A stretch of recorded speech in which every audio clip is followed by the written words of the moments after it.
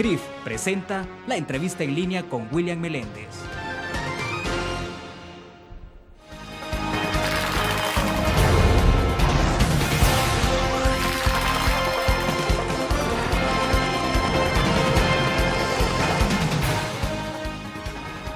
Muy buenos días, hoy es miércoles 30 de mayo, soy Luis Laínez, su jefe de información de la prensa gráfica en sustitución de William Meléndez, que se encuentra en una misión fuera de El Salvador. Gracias por estar atentos a esta entrevista que se transmite a través de laprensagráfica.com y por el canal 2595 en cable a las 9 de la noche. Esta mañana nos acompaña Edwin Zamora, ex empresario del área textil, actual diputado de Arena y desde ayer aspirante a ser el candidato a la presidencia de Arena.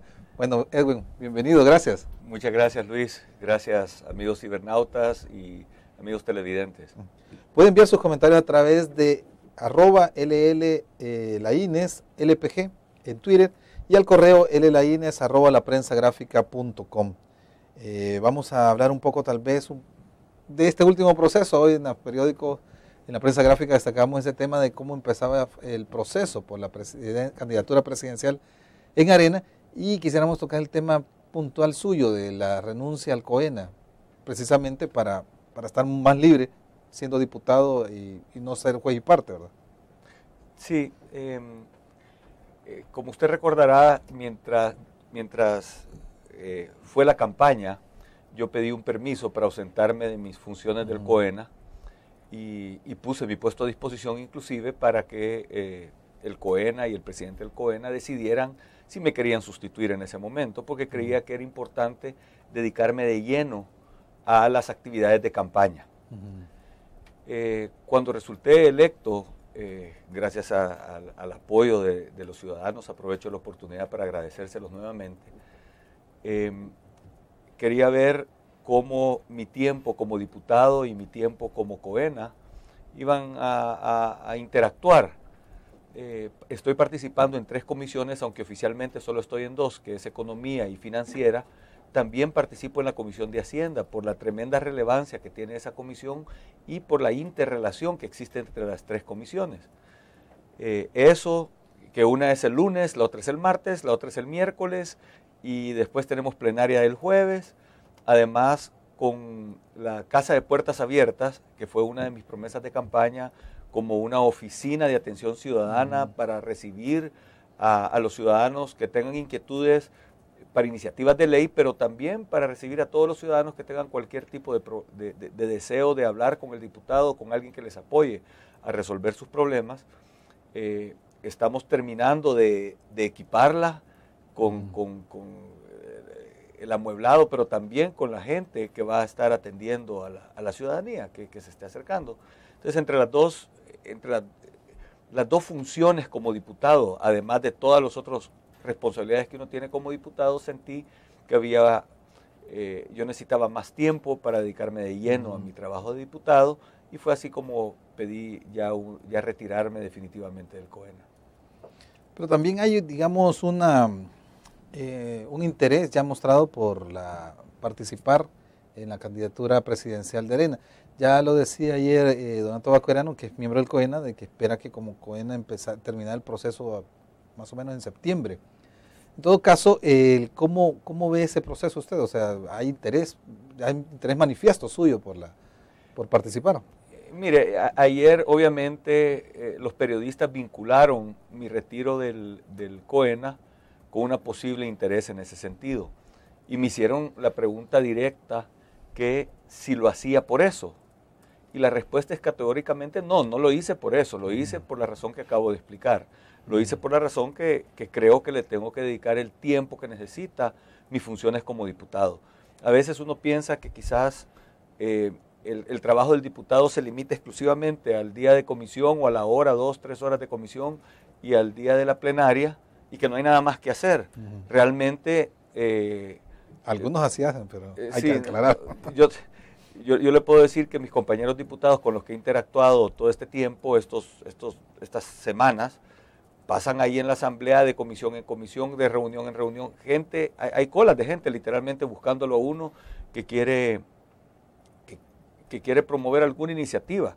Ayer, por ejemplo, me buscaba una persona entre tantas otras con la inquietud de violencia contra animales, en particular de perros, que cómo se puede legislar en ese sentido, ¿verdad?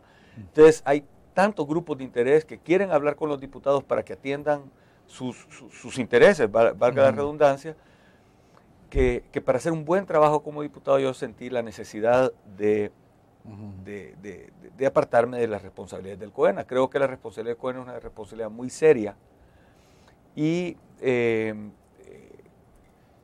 también el trabajo como diputado es muy intenso. Además, una cosa un poco diferente a mis compañeros es que como promesa de campaña la Casa de Puertas Abiertas requiere también un tiempo adicional que no esté en la Asamblea Legislativa. Estoy fungiendo como diputado afuera de la Asamblea Legislativa. Lo que sucedió, quizás, regresando a la pregunta original, es que primero me preguntaron que si lo había hecho por eso, y nuevamente repito que no, que fue simplemente porque quería dedicarle más tiempo a mi trabajo de diputado. Pero me preguntaron que si descartaba esa posibilidad, y dije que no, que tampoco la descartaba, ¿verdad? Entonces así fue como hemos llegado acá. Bueno, vamos a retomar precisamente esa parte y en un momento vamos a hacer una pequeña pausa, ya regresamos.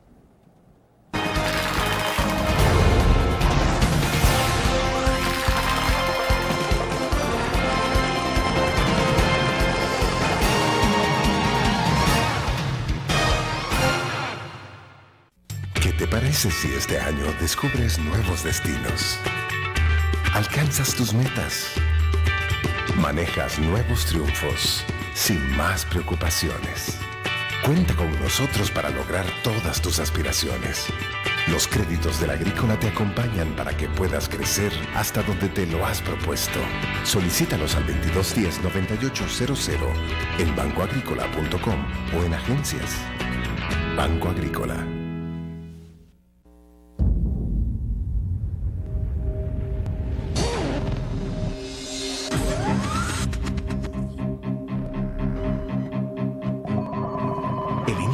Estrategia financiera desde los negocios y la actividad económica hacia toda Centroamérica. El Economista Regional, una revista especializada donde encuentras el panorama empresarial y los principales movimientos financieros. El Economista, el modelo regional de información económica.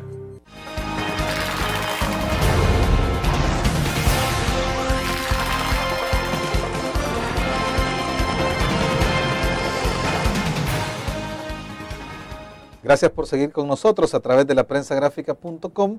Entrevisto en estos momentos a Edwin Zamora, diputado de Arena, y hablamos un poco sobre el tema de la renuncia permanente que ha hecho ya al COENA. Previamente nos ha dicho que era un permiso temporal mientras duraba la campaña, ahora con la elección ya como diputado ha presentado eso. Pero está también el interés, nos explicaba que no era la renuncia del COENA la causa principal la candidatura presidencial, la causa principal de renunciar al COENA, sino un interés de dedicarse plenamente como diputado, pero el interés por la candidatura presidencial está presente. Sí, mire, nuevamente, ni siquiera se sabe cómo va a ser el proceso, al menos este servidor no conoce cuál va a ser el proceso, entonces yo no puedo pensar en un interés determinado de la candidatura presidencial. Pero ante la pregunta que si lo descarto, la respuesta es que no lo descarto. O sea, tenemos que conocer el proceso. Entiendo que el COENA del lunes comenzó a hablar de un proceso, pero lo desconozco. Yo ya no estaba en el COENA, entonces desconozco cuál va a ser el proceso, qué oportunidades le va a dar el partido a los diferentes actores dentro del partido. Entonces habrá que esperar para ver eso, para tomar una decisión. Pero, por ejemplo, en el caso de la candidatura presidencial, hay gente que dice que es muy temprano hablar ya de escoger al candidato. Pero si nos acordamos de las elecciones presidenciales anteriores, por ejemplo, el actual presidente fue nombrado ya como candidato más de un año antes de las elecciones. Y de hecho, él, en un discurso hace poco decía, hice campaña durante 18 meses. Entonces, hablar ya de 2 años, o más o menos de 2 años para elegir a un candidato ya no suena tan raro. Sobre todo cuando hay necesidad de mostrar, digamos, la plataforma, construir la idea, el equipo, el programa. ¿Cómo cree que Arena debe hacer entonces este proceso de selección? Sí, realmente a mí me cuesta opinar en ese sentido porque, como digo, primero ya no siendo miembro del COENA, pero yo creo que lo importante, y creo que es lo que Arena y el COENA están haciendo, van a buscar, y lo han dicho algunos miembros del COENA públicamente, un proyecto de nación, o sea, un proyecto al cual, el cual atiende las necesidades de los salvadoreños. Una vez determinado ese proyecto, van a buscar a la persona idónea para liderar ese proyecto. Oía cosas como que tiene que ser aquella persona que puede ser electo, que puede llegar a ser el presidente, pero también aquella persona que puede hacer que ese proyecto se haga una realidad. Y también lo he oído de varios dirigentes del partido donde hablan que se va a consultar con las bases, se va a hacer un proceso. Yo desconozco, como le digo, el proceso del cual ya se está comenzando a pensar y espero que lo hagan público pronto, porque la ciudadanía pregunta. Pero va a haber un proceso de consulta a las bases, pero estoy seguro que también se hace un proceso de entender verdaderamente lo que queremos los salvadoreños, lo que queremos los ciudadanos salvadoreños. Y en ese sentido creo que el partido y la dirigencia del partido va a hacer un esfuerzo muy serio por escoger a esa persona que llena las expectativas de cumplir ese proyecto que se va a trazar, de atender las inquietudes de la militancia del partido, de atender por sobre todo las inquietudes de la ciudadanía salvadoreña. Y yo confío que va a ser un proceso bueno y vamos a terminar con un buen futuro presidente en El Salvador, Arenero. Ajá. Eso es interesante. El proceso anterior que culminó con la elección de Mauricio Funes era alrededor no tanto de una propuesta plenamente partidaria, ¿verdad?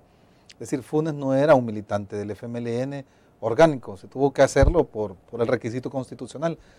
Pero lo que hemos visto antes, por ejemplo, los gobernantes que han sido de Arena, que eran gente orgánica del partido, que han estado en esa permanente estructura de poder dentro de Arena, ¿verdad? ¿Cree que en Arena puede llegar el momento de tener, digamos, alguien como más, o sea, el momento de dar también apertura a la ciudadanía para llegar también a la candidatura? Es decir, no necesariamente alguien que sea de hueso colorado, por decirlo así, como candidato. De hueso tricolor en el caso de Arena, en el ¿verdad? caso de Cabal. Sí, yo creo que sí. Yo creo que Arena es un partido que se ha renovado. Tenemos la mitad de nuestra bancada con gente nueva, con gente, muchos o algunos recién llegados al partido. Este servidor está recién llegado al partido, pero también algunos de los alcaldes son gente nueva para el partido. Entonces Arena ha demostrado una apertura y una capacidad de renovación.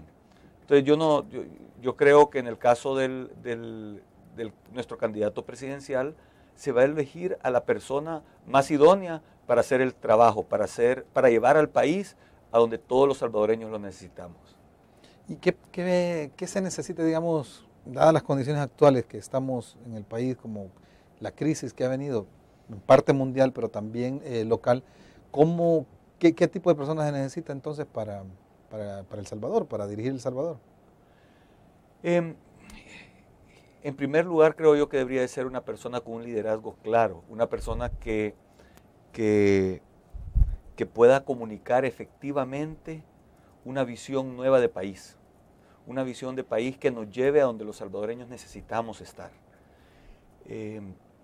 Tener esa capacidad. Y para poder tener esa capacidad tiene que ser una persona capaz de concertar todas las fuerzas vivas del país. Una persona capaz de sentarse con los otros partidos políticos, pero también con la sociedad civil, también con los actores productivos del país y llegar a un pacto básico de país que vamos a defender todos los salvadoreños. Además, y cuando uno le pregunta a la gente en la calle, a todos los ciudadanos, qué tipo de dirigente queremos, obviamente hablan de una persona capaz, con capacidad de trabajo, una persona preparada, una persona honrada, una persona humilde. Entonces buscan estas cualidades para un gobernante que ellos más o menos lo definen, hasta la edad. Dicen que, la mayoría dicen que debería de ser un hombre, pero hay un porcentaje bien importante que dice que podría ser una mujer. En el caso, en mi opinión personal, no importa si es un hombre o una mujer, porque creo que hay hombres y mujeres muy capaces para hacer ese trabajo. Arena tiene el privilegio, a diferencia de otros partidos políticos, creo yo, que tienen mucha gente donde escoger, o varias personas de donde escoger quién podría ser su candidato y quién podría ser su próximo presidente. A mí me queda muy poca duda, por no decir que no me queda duda, que el próximo presidente sí va a ser un presidente de Arena. Entonces, es bien importante que el partido escoja a la persona más idónea, la persona que nos va a llevar donde necesitamos estar para finales del 2019, digamos, para mediados del 2019, y de ahí seguir, porque el proceso de cambio, de desarrollo de nuestro país, no va a ser en 1 año, 2 años, tiene que ser un proceso de 5, 10, 15, 20 años. Vamos a hacer una nueva pausa, ya regresamos.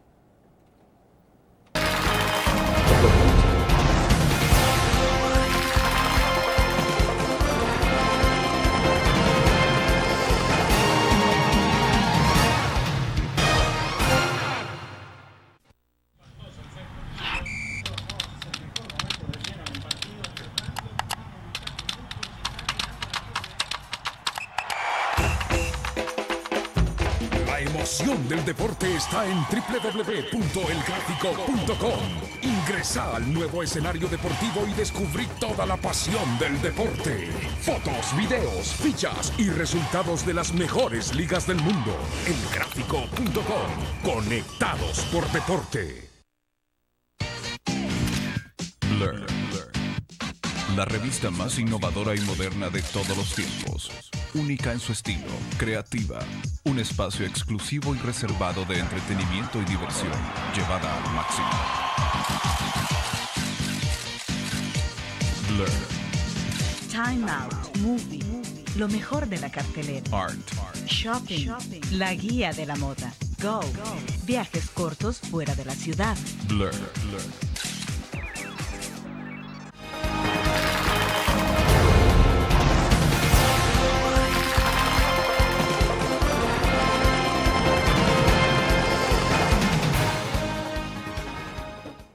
Gracias por seguir con nosotros. Soy Luis Laínez, subjefe de información de la prensa gráfica, y entrevisto en estos momentos a Edwin Zamora, diputado de Arena.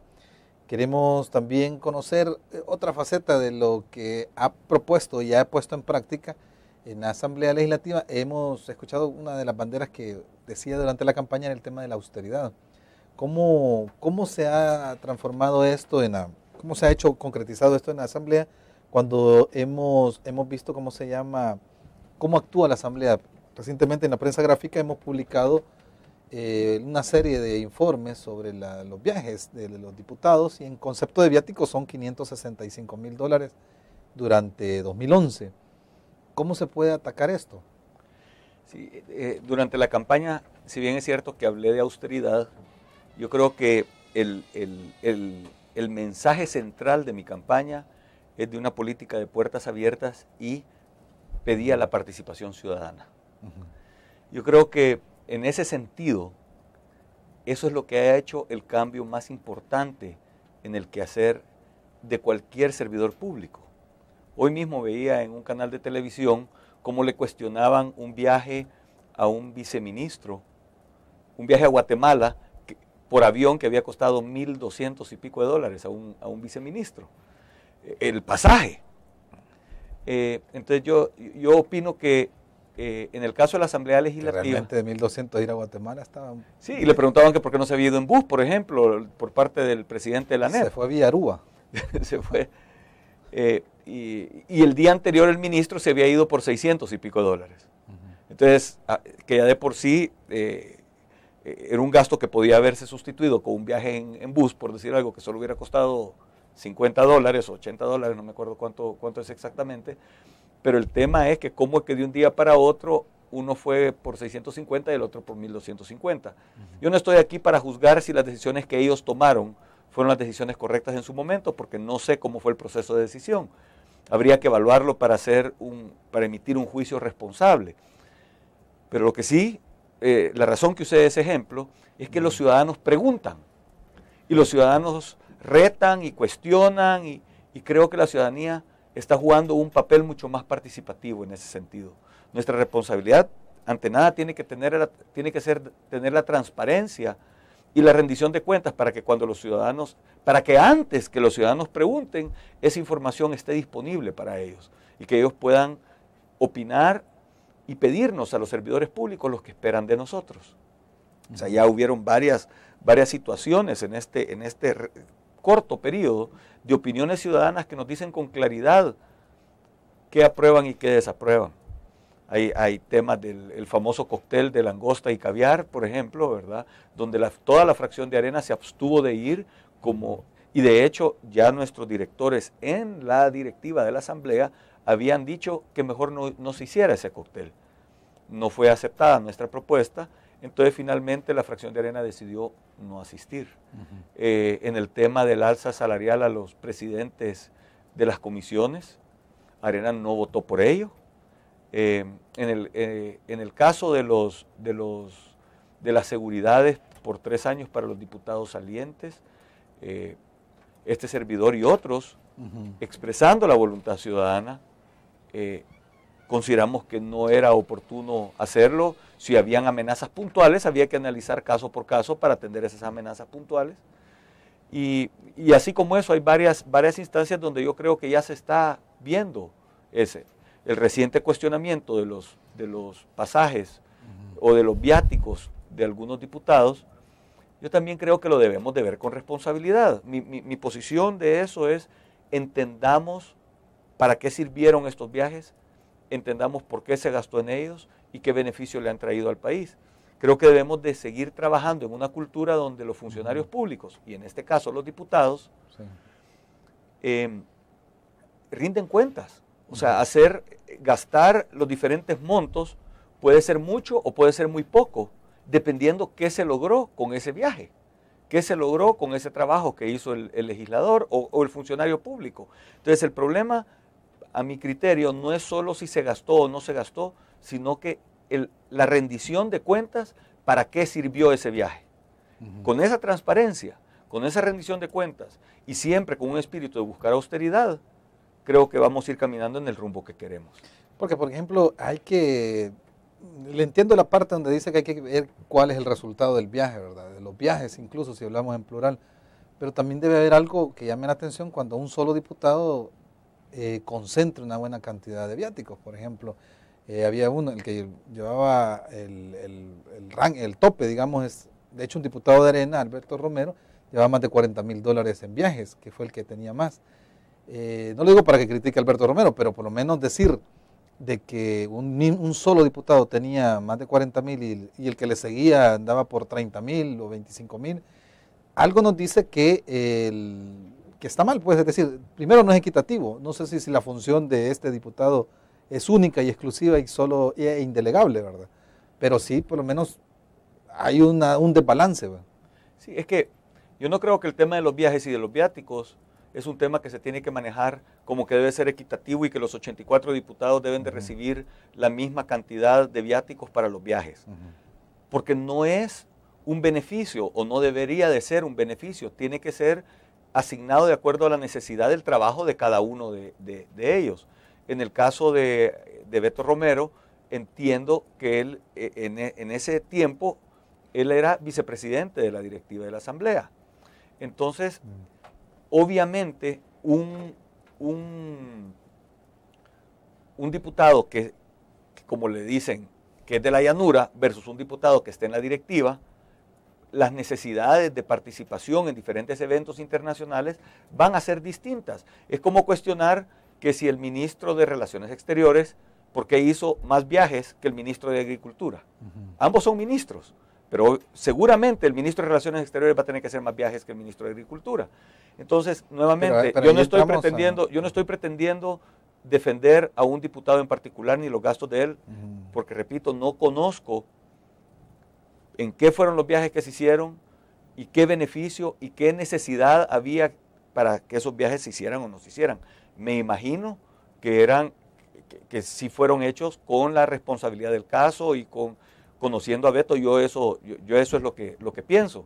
Pero, nuevamente, regresamos al mismo tema. Creo que esto de lo que se trata es de actuar con transparencia. Es decir, yo hice o voy a hacer estos viajes, esto fue lo que logré y esto fue lo que costó. Y si lo hacemos eso rigurosamente, regularmente, la misma ciudadanía va a irnos orientando qué esperan de nosotros como sus representantes. Y vaya, otro ejemplo, la Asamblea Legislativa, entiendo que antes pagaba por los almuerzos de los diputados o por comidas de los diputados durante las plenarias o durante diferentes actos dentro de la Asamblea Legislativa. Incluso durante las comisiones. Ahora ya no hay eso. Es otra acción tomada en la Asamblea Legislativa alineándose con las demandas y las expectativas ciudadanas. De alguna forma también resultado de la acción que tomó la fracción de Arena al no participar en el famoso cóctel. Entonces, yo le pido a los ciudadanos que sigamos participando en política, pero que no esperemos que de la noche a la mañana todo va a cambiar. Es un proceso que tenemos que llevar. Por primera vez en El Salvador hemos elegido diputados. Hemos escogido con nombre y apellido a los diputados que queremos que nos representen en la Asamblea Legislativa. Ahora, esto es un acercamiento de los diputados a la ciudadanía mayor al que existía antes. Esto es un inicio de un proceso que va a ir transformando la forma de hacer política y en este caso la forma de hacer política dentro de la Asamblea Legislativa. Vamos a hacer una nueva pausa, ya regresamos.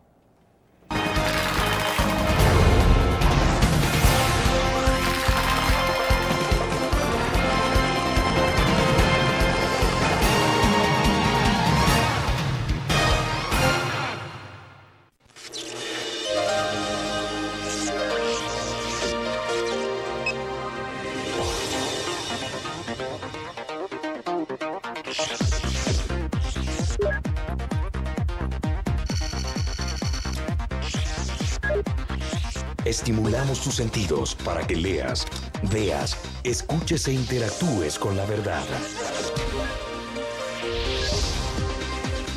LPG Multimedia.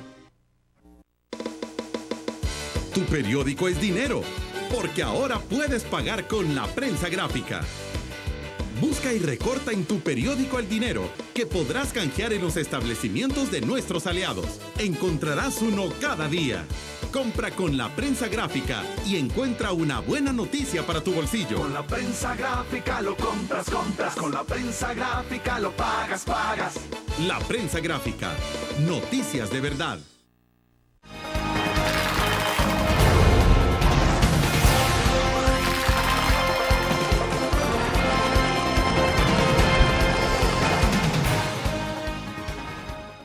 Muchas gracias por seguir con nosotros a través de la prensagráfica.com, canal 2595 en cable a las 9 de la noche. Estoy entrevistando a Edwin Zamora, diputado de Arena. Hablamos un poco sobre el tema del compromiso de la transparencia. Quería preguntarle también sobre cómo le está yendo con la Casa de las Puertas Abiertas, la Casa de Atención Ciudadana de la que oímos en campaña. O sea, todavía está montándose. Sí, alquilamos una casa en la colonia Flor Blanca, 14 calle Poniente 2116 es la dirección de la casa, a partir del 1 de abril. Pero hubo que hacerle algunas modificaciones, por ejemplo, construirle un par de baños, amueblarla y contratar a la gente. La gran mayoría de la gente que participa en la casa es voluntariado, pero van a haber un equipo mínimo, esqueleto, que va a tener que administrar la casa. Estamos en ese proceso y esperamos en los próximos 15 días ya tenerla inaugurada. La verdad es que es un poco preocupante que ya llevamos 2 meses pagando alquiler por la casa y que todavía no hemos podido salir verdaderamente al público, pero ya espero ya en los próximos 15 días tenerlo resuelto. Cuando uno le pregunta al resto de diputados de Arena, por ejemplo, ¿por qué no hacen algo similar? Dicen, lo que pasa es que Edwin tiene suficientes recursos. Dice. ¿Cómo Edwin Zamora obtiene los recursos para financiar una iniciativa de este tipo? Es decir, hay un equipo respaldándole, lo pone de su bolsa, el salario de la asamblea va directamente para eso, de que vive, no sé. ¿Qué hace? ¿Cómo lo financia? una combinación de todo lo que usted está diciendo. Realmente, en su momento decidí que todos mis ingresos como diputado los iba a invertir en este proyecto. Pero el proyecto es un poco más grande que eso y no alcanza solo eso para el proyecto. Entonces me he acercado a diferentes donantes, me he acercado a diferente gente que quiere participar en este proyecto y contribuyen de una manera u otra. Algunas de las personas han aportado muebles, una sala de conferencias, otros aportó una refrigeradora, otro aportó sillas, otro aportó... Y mucha gente va a donar de su tiempo. Hay un equipo ahorita de jóvenes, diría yo, que son como 16, que le dedican algunas horas a la semana a que el proyecto arranque. Pero también hay amigos que creen en un proyecto como este, en consolidar la democracia en el país, en el acercamiento ciudadano, que están dispuestos a invertir en este proyecto. Y es así como lo hemos fondeado. O sea, solo con los recursos personales, obviamente, es un proyecto que yo no puedo mantener. Y creo que la mayoría de diputados quizás no tienen la oportunidad que yo he tenido de hacer algo como esto, pero sí pienso de que debemos de, como Asamblea Legislativa, pensar en hacer cosas como esas, redirigir algunos de los recursos que quizás no están bien invertidos en la Asamblea Legislativa. Hemos estado hablando de austeridad, a proyectos como este, para que exista esa conexión con el ciudadano. Entonces yo no pretendo, y la idea aquí no es que todos los diputados tengan que hacer lo mismo, porque posiblemente no se puede. Seguramente no se puede en el sentido de usar fondos propios, pero sí buscar proyectos donde se consigue aportes de otra gente que esté interesado en un proyecto como este, y eventualmente donde la misma Asamblea apoya proyectos como este. De hecho, en cada departamento hay casas de atención ciudadana por parte de las oficinas. Sí, eso le iba a decir, ¿eso nos riñe un poco con esas oficinas que tiene la Asamblea para atender a los ciudadanos en el interior? Yo no creo que riñe, creo que complementa. El tema de esas oficinas, de hecho la discusión que hemos estado viéndola de cerca, es que como todos los partidos usan las mismas instalaciones, entonces comienza el debate que los empleados de estas casas, si son de un partido o son del otro, la dinámica es un poquito, es menos fácil de manejar que cuando es para un diputado o para diputados de una fracción que tuvieran una casa en los diferentes departamentos. Vi hace poco, hace como un mes, hice un viaje a Estados Unidos precisamente, antes de entrar a la Asamblea, precisamente para entender cómo funcionan estas casas, estas oficinas distritales, le llaman ellos. Los congresistas, los senadores y los asambleístas de los diferentes departamentos, de los diferentes estados en Estados Unidos, tienen oficinas distritales. Es efectivamente lo mismo que estamos queriendo hacer nosotros acá. Y cada uno de ellos tiene su oficina distrital o varias oficinas distritales. El Estado les da un presupuesto para financiar estas oficinas distritales. Sí, y ellos con ese presupuesto atienden a la ciudadanía, y los casos que llegan son muchísima gente pidiéndoles ayuda. Un congresista, en nuestro caso un diputado, tiene acceso a gente, acceso a instituciones, acceso a recursos que un ciudadano normalmente no lo tiene. Entonces, como servidores públicos, poder apoyar a un ciudadano que necesita contactar una oficina de gobierno, una llamada a un alcalde, o inclusive llamadas a empresarios que les puedan apoyar en algún momento, es un servicio que le podemos dar a la comunidad. Entonces, siguiendo el modelo americano, ojalá algún día la Asamblea pueda financiar proyectos sin aumentar el presupuesto, sino que reasignar recursos para hacer más de esto, más acercamiento ciudadano, más servicio ciudadano que lo que está haciendo ahorita. Vamos a una nueva pausa y ya regresamos.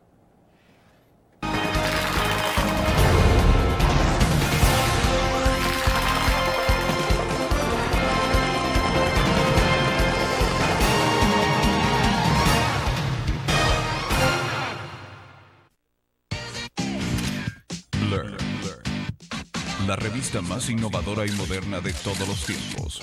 Única en su estilo, creativa. Un espacio exclusivo y reservado de entretenimiento y diversión, llevada al máximo. Blur. Time Out, Movie, lo mejor de la cartelera. Art. Shopping, la guía de la moda. Go, viajes cortos fuera de la ciudad. Blur. Tu periódico es dinero, porque ahora puedes pagar con la prensa gráfica. Busca y recorta en tu periódico el dinero que podrás canjear en los establecimientos de nuestros aliados. Encontrarás uno cada día.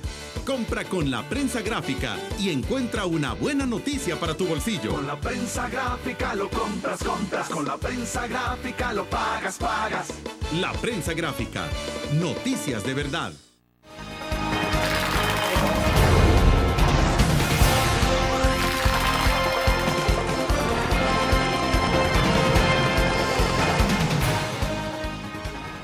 Buenos días, soy Luis Laínez, su jefe de información de la prensa gráfica. Gracias por seguir con nosotros. Entrevisto en estos momentos a Edwin Zamora, diputado de Arena, y nos está hablando sobre su proyecto de Casa de Atención Ciudadana, un poco inspirado en el modelo que funciona en Estados Unidos. Quisiera preguntarle una cosa. El concepto, digamos, de los diputados actuales es, o que hemos visto tradicionalmente en El Salvador, es que si el pueblo necesita al diputado, tienen que ir a buscarlo a la asamblea. De hecho, me decía, hay colas y colas de ciudadanos en la asamblea pidiendo desde un uniforme para el equipo, para el equipo de fútbol en el torneo del municipio o del cantón, hasta, me decía, una pieza para ver cómo combatir la violencia contra los perros. Pero el otro concepto es que el diputado vaya a la población. O sea, vemos eso normalmente en campaña, pero no cuando están en ejercicio. Exactamente. Si regresamos al modelo americano, en Estados Unidos también los ciudadanos pueden llegar a visitar a sus congresistas al Congreso de los Estados Unidos y los reciben y los atienden ahí, hasta les dan un tour del Congreso, de cómo es. Pero realmente la otra cara de la misma moneda es que los diputados, los representantes del pueblo, vayan al pueblo. Cuando estamos en campaña, como usted mismo lo decía, muchos cuestionaron y decían y criticaban el hecho de que muchos diputados solo van a buscarlos cuando están en campaña y que después se olvidan de ellos y 3 años más tarde regresan. Creo que esta casa de puertas abiertas, estas oficinas de atención al ciudadano, es un acercamiento más al pueblo, a la ciudadanía. Y no es necesariamente llegar hasta el punto donde tenemos que llegar, porque tenemos que seguir profundizando eso, siguiendo visitando las comunidades, siguiendo visitando los grupos de interés durante todo el periodo legislativo. Entonces, son las 3 fases: la puerta abierta adentro de la Asamblea Legislativa para que cualquiera que nos busque en la Asamblea Legislativa nos pueda ver y pueda platicar con nosotros; una oficina de más fácil accesibilidad para la ciudadanía, pero no solo accesible a mí, sino que los recursos que yo puedo poner a disposición de los ciudadanos, y un trabajo serio de acercamiento a las comunidades, de acercamiento a la población en sus comunidades, en su territorio, en sus barrios, en sus cantones, en sus municipios. Esto, digamos, este sentido de tener este acercamiento en Estados Unidos tiene bastantes explicaciones, porque el diputado, el congresista o el representante tiene un vínculo directo con un distrito, con una comunidad, precisamente porque es esa comunidad a la que representa directamente. En cambio, estamos en El Salvador viendo que San Salvador tiene 24 representantes. Entonces, uno dice, territorialmente, ¿a quién representa Edwin Zamora? Si es diputado de San Salvador, entonces, ya que el sistema salvadoreño no lo liga directamente a un municipio o a un territorio geográfico. ¿Cómo el siguiente paso entonces tendría que ser hacer que los diputados representen realmente a grupos poblacionales? Pero implica una serie de reformas. Sí, yo creo que lo que vimos que sucedió previo a estas elecciones, por primera vez el voto por rostro es un primer paso en esa dirección.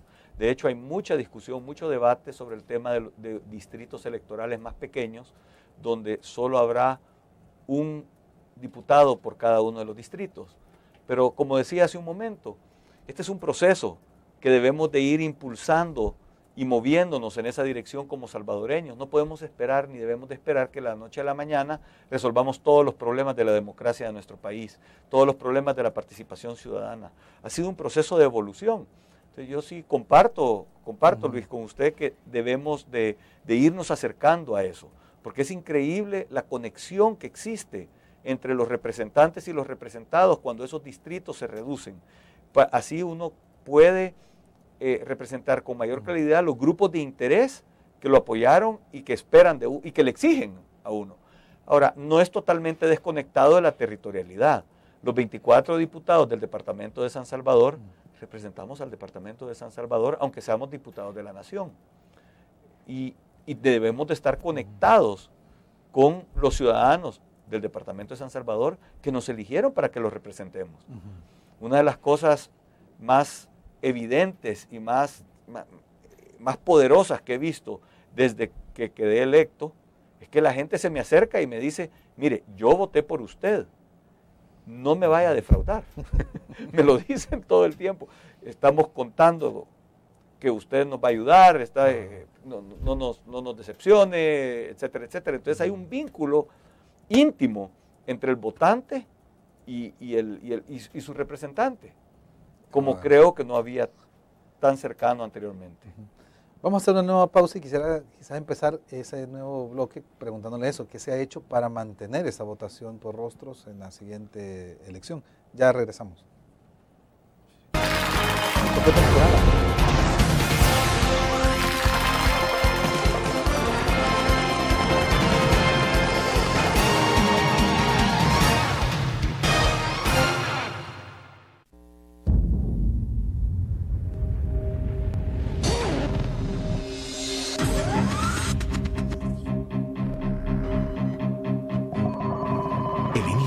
Estrategia financiera desde los negocios y la actividad económica hacia toda Centroamérica.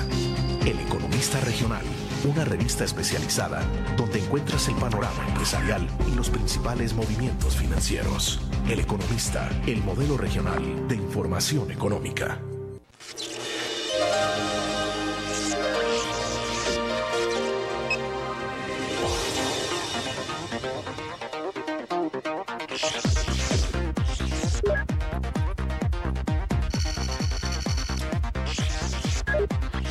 Estimulamos tus sentidos para que leas, veas, escuches e interactúes con la verdad. LPG Multimedia.